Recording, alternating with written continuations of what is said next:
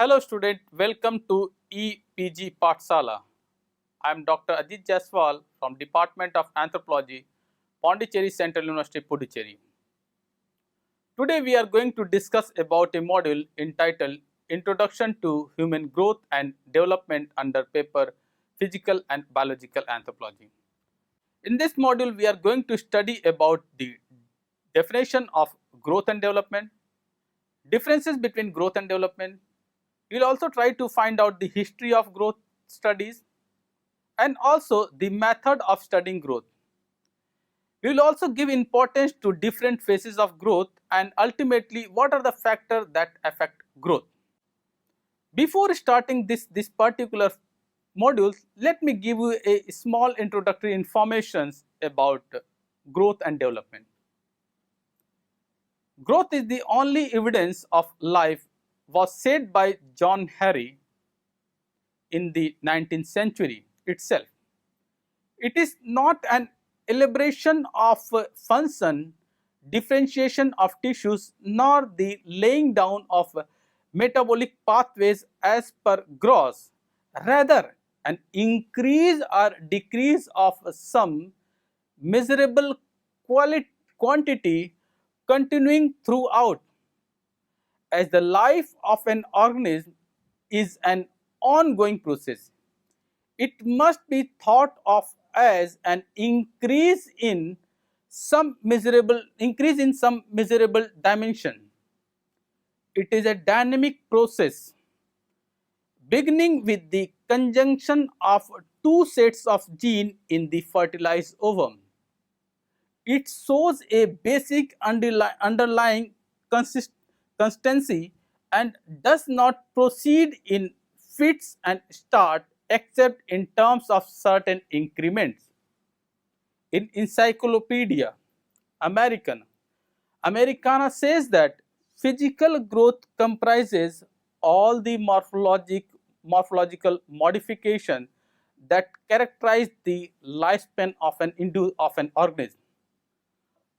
Modification known to take place during human ontogeny, including change in the first kind, second change in the number, third change in the size, fourth change in the shape, and change in the position, pigmentation, texture of the body component. In quantitative term, growth is the increase in the living substances or protoplasm and include one or more of the following three processes. First, cell multiplication. Second, cell enlargement. Third, incorporation of material taken from environment. It is the biological synthesis of living tissue or protoplasm. Growth may be by cell enlargement, or maybe because of the nervous and muscle fiber. Maybe we can say that it is mostly by cell division. The cell enlargement may be growth of nerves or muscle fiber. Gross in 1978 has referred to two dimensions of development. One is the qualitative, which refer to the problem of cellular differentiation, and the quantitative one, which is concerned with growth and size determination. So, development is growth coordinated towards the production of the complete organism from immature state to a highly organized, specialized and mature state. Development depend on the maturation and myelination of a nervous system. So, the sequence is same for all the children, but the rate may vary. Development ultimately is a product of a contribution of hereditary and environment. Maturity is the measure of the functional capacity. Example like development of motor skill of a child, that is maturation of the skeletal and the muscle system. Watson and Lowry in 1962 have developed that both growth and development in a normal child parallel each other and any separation would be an artificial one. They restrict the term growth to mean an increase in physical size of the whole or any of its parts, which could be therefore measured in terms of inches or centimeter and pound or kilogram. Development, on the other hand, includes an increase in skill and complexity of function. Maturation and differentiations are frequently used as a synonyms for development. Used in this sense, it is evident that development is related to growth but is not the same. Let's try to define growth. Richards and Kwang in 1945 writes, growth is a fundamental attribute of living organism, manifested by a change in size of the individual or in the number of organisms in a unit of environment. Later on, Comas in 1960 says that growth is the increase in size of the various parts and organs of the body, and this increase is limited to pre-established constitutional hereditary factor and influenced by exogenous factor. Tanner in 1978 has observed growth as a product of the continuous and complex interaction of hereditary and environment or between the genotype and the changing environment, an interaction which is sometimes more complex than simple. Ensembling, it could be said that physical growth is the quantitative increase in size or mass which brings about irreversible change in the body, its organ, or in their size and form. Growth is often used as a synonymous for development. Development, according to Todd, is a progress towards maturity. It differs to a process of change in growth and capabilities over time as function of both maturation and interaction with the environment. Development, on the other hand, indicates an increase in skill and complexity of function. As per Todd, it is progress towards maturity, whereas maturity is the measure of functional capacity.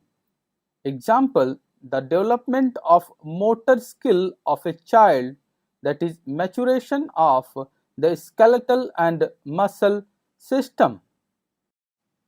Now let's try to find out the differences between growth and development. As growth referred to increase in size which is in physical term, whereas development, it is overall change in the shape or form resulted in improving functioning. Growth result in measurable change, hence may be quantifiable, whereas in the case of development, it is a change or improvement in the functioning and behavior. So it bring about a qualitative change rather than the quantitative change in the case of growth, which are difficult to be measured directly, but growth can be measured. Growth may or may not bring development, but development may take place without growth.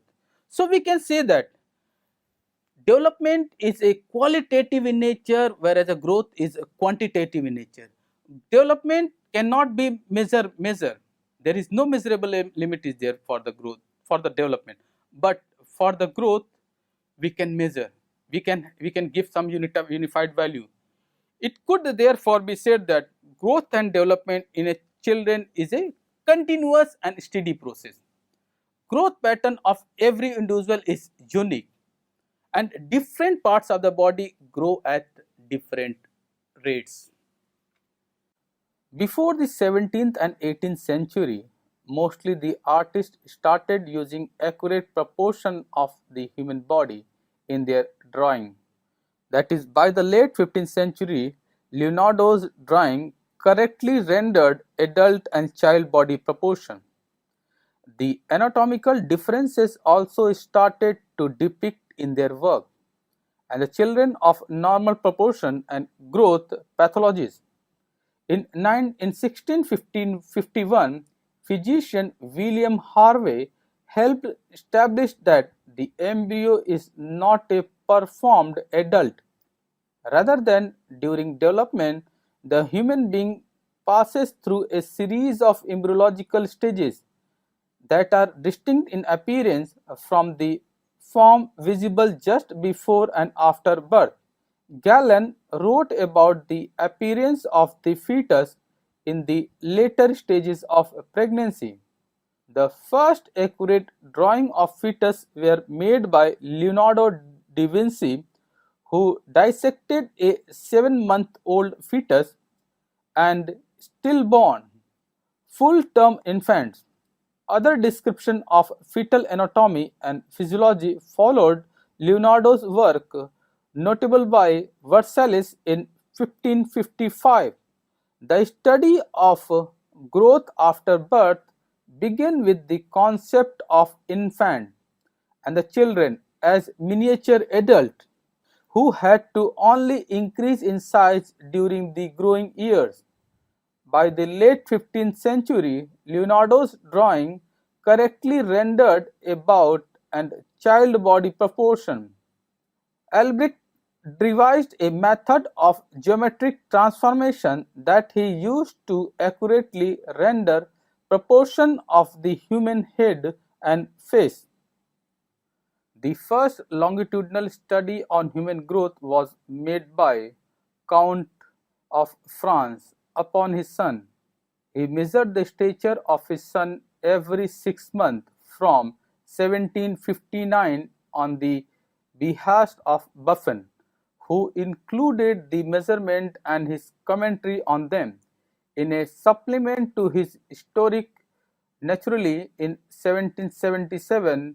Another 18th century longitudinal study of growth is that of the student of the Karlskule, conducted between the year 1772 and 1794, which included the sons of the nobility and of bourgeois. In 1835, Lambert published the first statistically complete study of the growth in height and weight of children. He was first to make use of concept of normal curve to describe the distribution of his growth measurement. After this, a vast number of growth studies were started to be made with the accumulation of dimensional data, mostly from the school, prison, hospital and military personnel. Along with this, several long-term longitudinal study also made its influx between 1927 and 1932.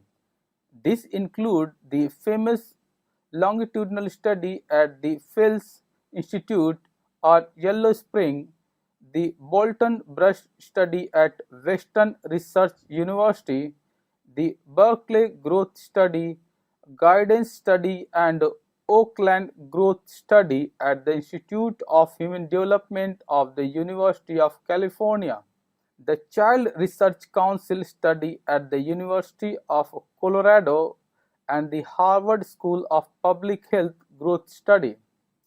Buffon noted the seasonal variation in rate of growth, daily variation in stature, with the data on Montbéliard's son, with the study of Boas involving his research into the methodology of growth studies, demonstrating the importance of calculating growth velocities from individual rather than from sample means. The modern era of growth measurement and analysis begin. Now let's discuss about the method of studying growth. Growth among the children could be studied mainly by two methods. One is longitudinal method. In this method, the same subject or group of subject is measured rapidly year to year. Individual rate of growth and the timing of specific developmental events could be analyzed with data collected by this method. Data may be analyzed for individual rate of growth and the timing of specific developmental event. A birth to maturity study may take up to 20 years to complete with the help of this methodology. The principal drawback of the comprehensive longitudinal studies are as follows. First, an important one is the time. The time is taken to complete and the relatively small number of subjects that can be usually be followed.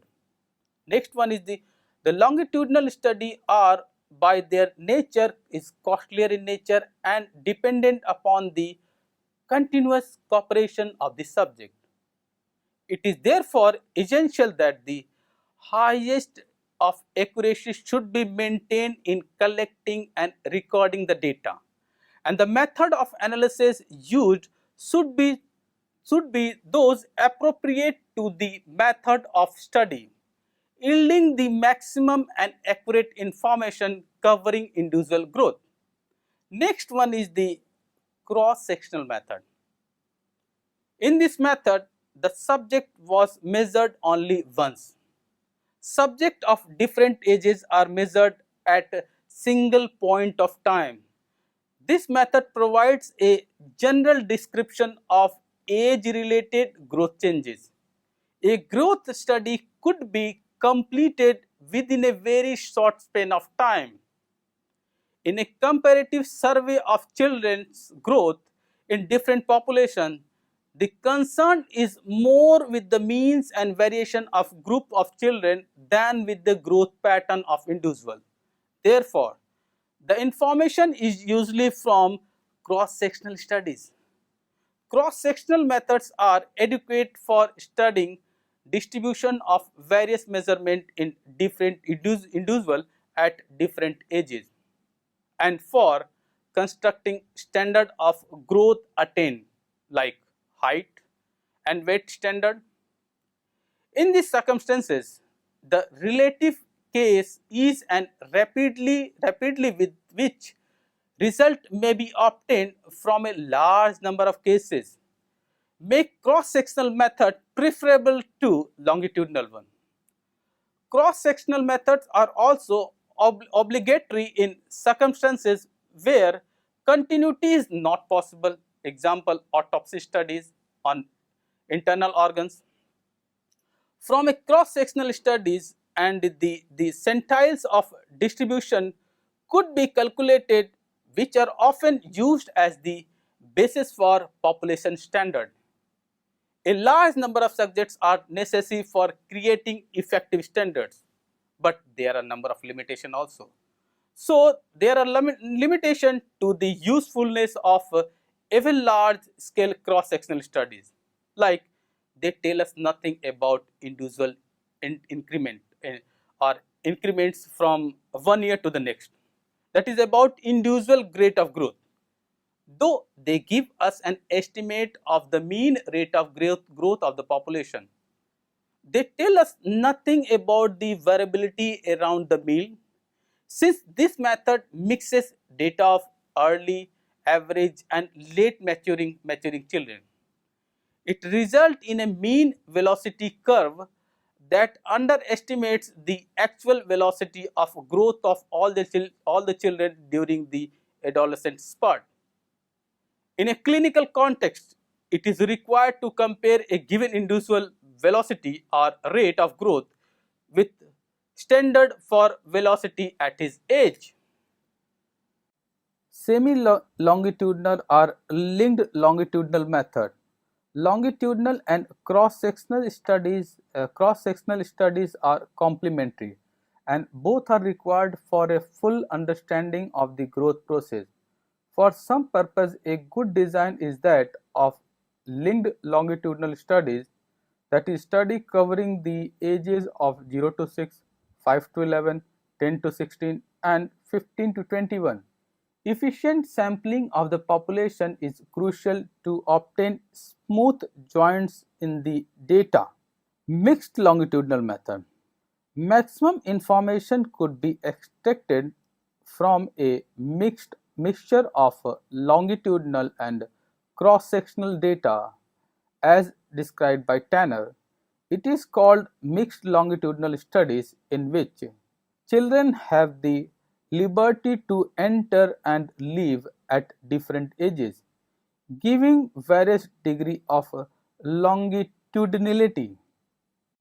Phases of growth. The beginning of life from the single cell stage proceed with many irreversible changes taking place, scientifically called growth and development, till the death of that single cell in the form of multicellular biologically complex being. This whole lengthy course could be broadly divided into two phases. One is called prenatal phases, that is before birth, which take place within the mother womb, and the postnatal or after birth phases. The prenatal phase or prenatal growth, in this case, the course of pregnancy is divided into 3 trimesters. During the first trimester, the multiplication of single cell, the fertilized ovum into millions of new cells take place, while dividing distinct group of cells begin to form having different rates of cell division. Eventually, they form different kinds of tissue, that is endoderm, mesoderm and ectoderm. After the tissue are formed, the first trimester is taken up with organogenesis, that is the formation of organs. By the 8th week, the embryo is recognizable human.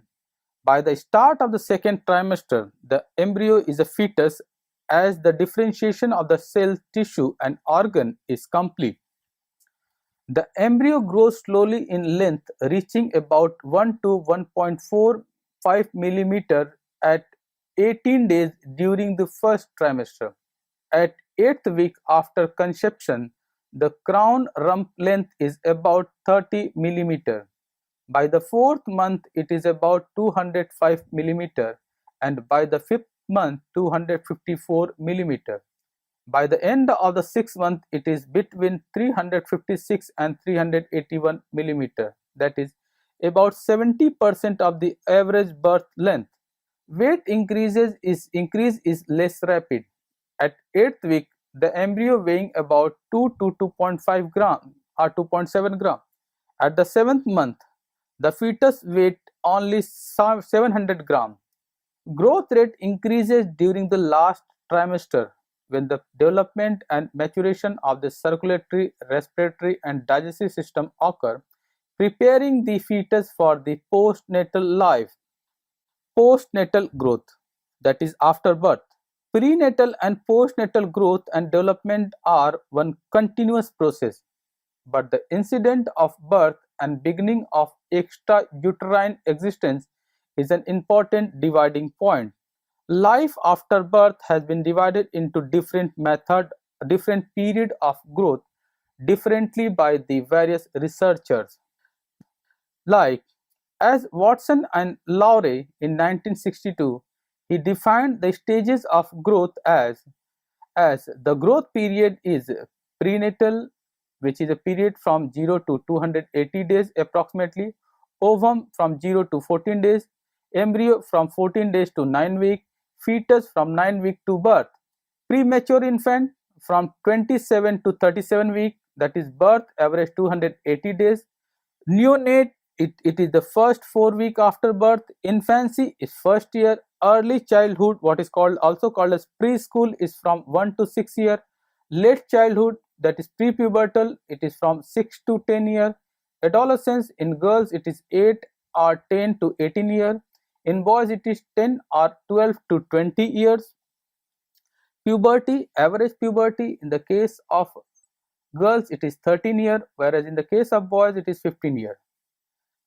Later on, Timiras in 1972 has described the stages in the life cycles are neonatal period, that is birth to 28 days, infancy is 2 months to 24 months, early childhood 2nd to 6th year, middle childhood 7 to 10 year, late childhood 10th year to puberty, which is typically occur between 12 year and 15 year in girls, 13 to 16 years in boys. In adolescence, the 6 year following puberty, adulthood, it is maybe primary and transition, that is between 20 year and the end of childbearing years, old age and senescence from the end of childbearing years to death, and later on death. Similarly, Scammon in 1942 has proposed another classification. According to this classification, there is a prenatal and postnatal childhood. Prenatal is it contains ovum, that is first 2 week, embryo first 2 to 8 week, fetus from 2 to 10 lumbar month. The infancy, it is from neonatal, the first 2 week, infancy from 2 week to 1 year. Childhood period, that is early, middle, late. Early childhood is from 1 to 6 year, middle childhood from 6 to 9 year or 10 year. Late childhood, that is in the case of boys, is from 9 to 10 or to 13 to 16 year, whereas in the case of girls from 9 to 10 to 12 to 15 year. Puberty in the case of boy is around 14 year, in the case of girls it is around 13 years. Adolescence in the case of boys is from 14 to 20 years, in the case of girls is from 13 to 18 years or 20 years. Maturity is from 18 to 20 to 60 years. Senility is after 60 years. Each growth period is characterized by its own tempo of growth. Bogin says that the approximate division between the periods are infancy, childhood, and adolescence. Infancy is birth to 3 year of age, childhood is 3 to 12 year of age, and adolescence is 12 to 18 year of age. Let's discuss about the early childhood. Increase in height take place up to 44% during the first year for child and 40% for girls. Weight increase is established at 143% in the male and 157% in the female. Head height is approximately 1/4 of the total stature. The spinal column at birth has a single dorsal curvature with anterior concavity. The leg lengthen almost double their length by the age of 3, but the arms do not double their length until the age of 5. Thorax is small in comparison with the abdomen and waist does not exist. Another characteristic of early infancy is general chubbiness with relatively large dimension of the trunk and head. In the case of middle childhood, this age is characterized by persistence of rounded infantile form and by a growth in width rather than in length or height. All deciduous teeth has erupted. The rounded body form of infancy persistent, it is between 2.5 to 6 to 7 years. Late childhood. This period is from the 7th year of the first sign of puberty, that is approximately up to 11 year of age in girls and 12 year in boys. There is a crisis of rapid linear growth of the body, particularly of the lower limb. Individual becomes thinner and the trunk loses its predominance and appears smaller with respect to the legs. Sexual morphological differences begin during this period. Puberty is in the case of boys is around 14 years, in the case of girls it is about 13 years. Adolescence in the case of boys is from 14 to 20 years, whereas in the case of girls is from 13 to 18 years or 20 years. Maturity starts from 18 to 20 years to 16 years, whereas senility is after 60 years. Adolescent. During this period, the future adult biotype or set adolescence in girls usually start and end 2 years before boys. It is from 11 to 12 to 15 to 16 in girls and from 12 to 13 to 17-18 years in boys. This period is characterized by the maturity of the genital organs and the appearance of secondary sexual character and modification in body proportion. Adulthood. The attainment of adult stature is one of the hallmarks used to make the transition from adolescent to adulthood. Height growth stops when the long bones loses their ability to increase in length. Reproductive maturity is another hallmark of adulthood. There is a lack of precisely timed or sequenced physiological event. Most tissue loses its ability to grow by hyperplasia, but many may grow by hypertrophy. Old age and senescence follow the prime year of adulthood. The pattern of decline varies between individuals, so there is no biological or genetic plan for the aging process. Factors affecting growth. The body proportion differences between geographic populations are usually explained in terms of genetic model. Studying the variation between population, another approach is also prevalent, that is, comparing children and adults of different national or geographic background living in the same or very similar environment. Genes do not directly cause growth and development, rather the expression is mediated by several biological systems operating within an environment appropriate for growth. Growth and development therefore depend on following factor. First, hereditary factor. Second, environmental factor. Environmental factor may be physical environmental factor or social environmental factor. And third is endocrine factor. Hereditary factor.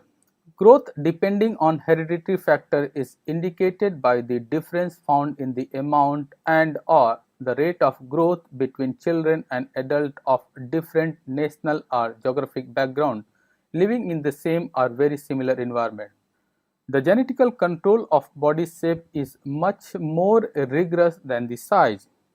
Familial correlations have been used to examine the hereditary component of variation in many body measurements.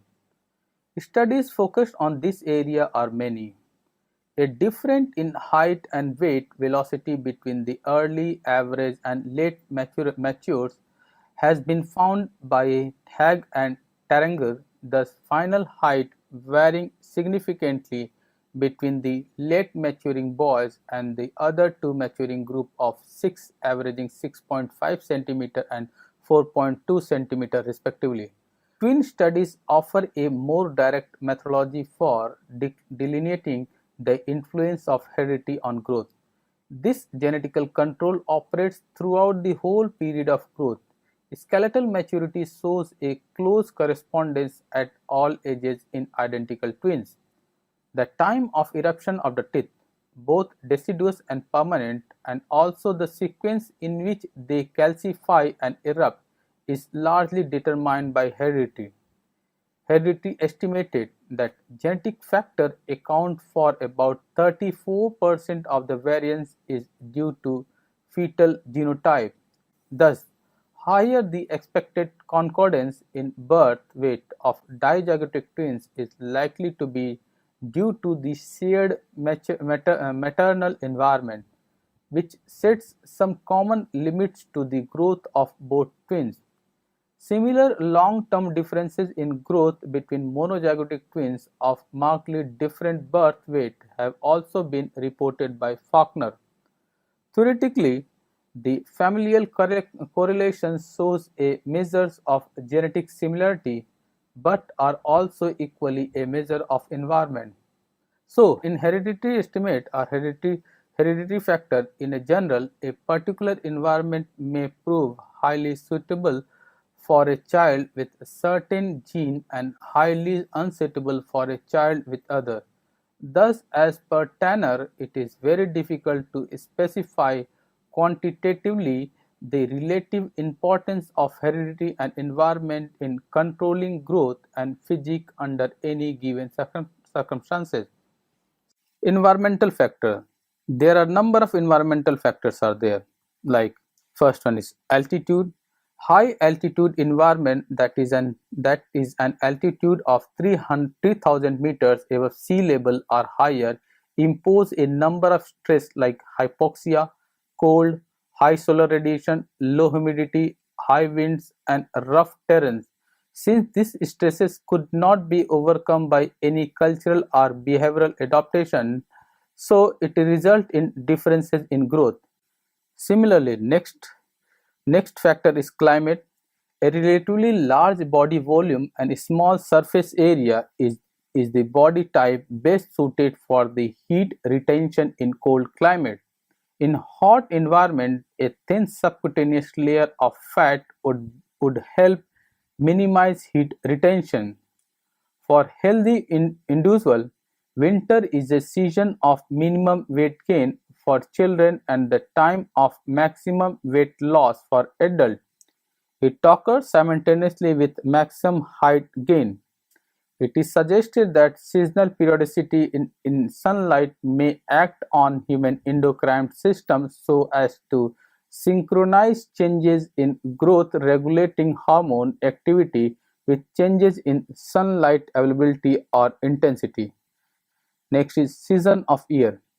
Growth in height is on average found to be fastest in spring and growth in weight is fastest in spring and growth in weight is fastest in the autumn.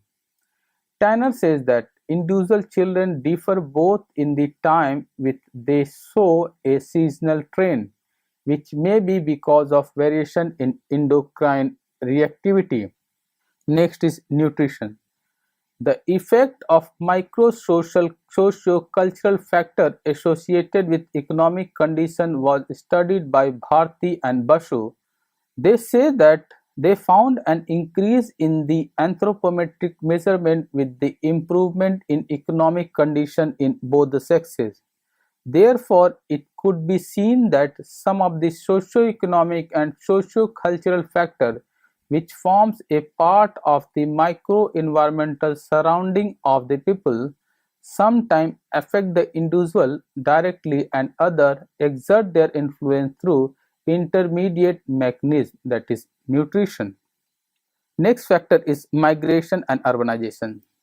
Since migration redistributes the genetic, physiological, morphological and socio-cultural differences found in human populations, some effects are likely on growth and development of migrant and the recipient population. Next is socioeconomic status. Wilson listed four primary factors, that is higher socioeconomic status allow for a better nutrition, better health care, reduced physical labor for children and greater growth promoting psychological stimulation from parents, school and peers. The influence of education, occupation, income and housing on growth has become evident as well as the specific effect of each measure alone and in combination. Last one is the secular trend. The striking tendency for children to become progressively larger at all ages has been noticed. This trend is at present continuing in India and other third world countries.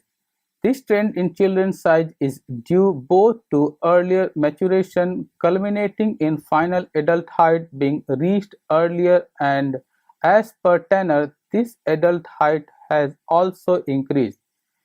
Better nutrition and generally improved environmental circumstances are usually cited as the cause of it. The secular trend, both in earlier maturation and in the greater size, is one of the most considerable phenomena of human biology as stated by Tanner. Now let's try to summarize the important environmental factors that affect the growth and development of children. Here the factors like high altitude or altitude, season of the year, climate, socio-economic factors, nutritional factors, socio-cultural factor, migration and urbanizations has a direct or indirect effect on the growth and development of the children. Internal environment. The effect of the internal environment on the growth of the individual, like hormonal influence. All the hormones in the body affect growth in some manner, like somatotropic hormone. It is a major if its major effect is on the linear growth in height. Thyroid hormone, it causes thyroxine and thyroidism thyroidothyrin and thyrotropic hormone are necessary for linear growth, that is called as T4 and T3 are necessary for linear growth. Adrenocorticotropic hormone stimulate the hypothalamus which in turn causes the adenohypophysis to secrete gonadotropic hormone. Similarly, luteinizing hormone and follicle stimulating hormone are secreted by the pituitary to regulate gonadal activities. So, these are the important hormones that affect growth. So, growth hormones and growth factor is synthesized and secreted by anterior pituitary gland. A hypothalamic hormone, growth hormone releasing factor, stimulate the synthesis of growth hormone and cause the release of growth hormone into the bloodstream. Another hypothalamic hormone, growth hormone releasing inhibiting hormone, also called as somatostatin, has an anti-secretory effect on growth hormone. Another class of growth promoting substances are called somatomedians or insulin-like growth factor. Other pituitary hormones such as prolactin, melanocyte stimulating hormone, vasopressin, oxytocin and their hypothalamic releasing or inhibiting factor are necessary for normal metabolic activities. The maintenance of the placenta of fetus, birth and other life-sustaining processes. A non-pituitary hormone plays similar vital role. Now let's try to highlight some of the important points that we have learned from this particular module. As we have already discussed that growth is the only evidence of life was said by Newman in the 19th century. As the life of an organism, it is an ongoing process. It must be through and thought of as an increase in the some measurable dimension. In a quantitative term, we can say that growth is the increase in the living substance or protoplasm and include one or more of the following three processes like cell multiplication, cell enlargement and incorporation of material taken from the environment. It is the biological synthesis of living mass or protoplasm. Growth may be enlargement of the cell but it is mostly by a cell division. Growth is an increase in the physical size of the whole or any of its parts, which could be therefore measured in terms of inches, centimeter, pound or kilogram. Development on the other hand, it indicates an increase in skill and complexity of function. As per the Todd, it is a progress towards maturity, whereas maturity is the measure of functional capacity. Example, the development of motor cell of a child, that is maturation of a child skeleton and muscle system. The first longitudinal study on human growth was made by Count Filbert of France upon his own son. He measured the stature of his son every 6 months from 1959 on the behest of Buffon, who included the measurement of his commentary on them in a supplement of his historic work in 1977. After a vast number of growth studies was started to be made with the accumulation of dimensional data monthly from the school, prison, hospital and military personnel. Let's try to discuss about the important method of studying growth. Longitudinal method. This is very important one, but it is time consuming method. In this method, the same subject or group of subject is measured repeatedly every year. By this method, individual rate of growth and the timing of a specific developmental event could be analyzed. But a birth to maturity study may be taken up to 20 years. Second is the cross-sectional method. In this method, the subjects are measured only once. So, it provides a general description of age-related growth changes. This type of study could be completed within a very short span of time, but nothing could be said about individual increment from 1 year to the next. That is about individual rate of growth is very difficult to say. Third method is called semi-longitudinal or linked longitudinal method. Linked longitudinal method studies covers the ages 0 to 6, 5 to 11, 10 to 16 and 15 to 21 and so on. So, to cover a study up to 21 year, less time than the longitudinal method is taken, but the results are as good as longitudinal method. Next and the last method is mixed longitudinal. As the term is very clear, it is mixing of several methods. In this method, children have the liberty to enter and leave the study at different ages, giving various degree of longitudinality. Now let us discuss about the phases of life, phases of growth. Generally, mostly it is divided into two phases, prenatal phase and postnatal phase. Prenatal phase are those phases which occur before birth, and postnatal are those phases which occur after birth. In the prenatal, it is further divided into infancy. The postnatal is further divided into infancy. In the infancy, the neonatal period is up to the first 2 weeks after birth. Infancy is from 2 weeks to 1 year. Where in the childhood, child is divided into early childhood, middle childhood and late childhood. The late childhood in the boys is from 9 to 10 year to 13 to 16 year. In the case of girl, it is from 9 to 10 to 12 to 15 year. Next is the puberty. Puberty arose immediately after that. That in the case of boys, it is about 14 year. In the case of girls, is around 13 year. Next is stage is adolescent. In the case of adolescent, the adolescent period in the case of boys is from 20 to 30 year, but in the girls it used to become little bit earlier than the boys. It is from 13 to 18 and sometimes 20 year. Next stage, next phase is maturity, then senility, that is start after 60 year. Next important factor that we have discussed in this modules is a factor affecting growth. There are a number of factors that affect growth. Let's broadly divide this factor into three broad categories, that is hereditary factor, environmental factor and endocrine factor. This environmental factor may be physical environment or social environmental factor. Okay, thank you.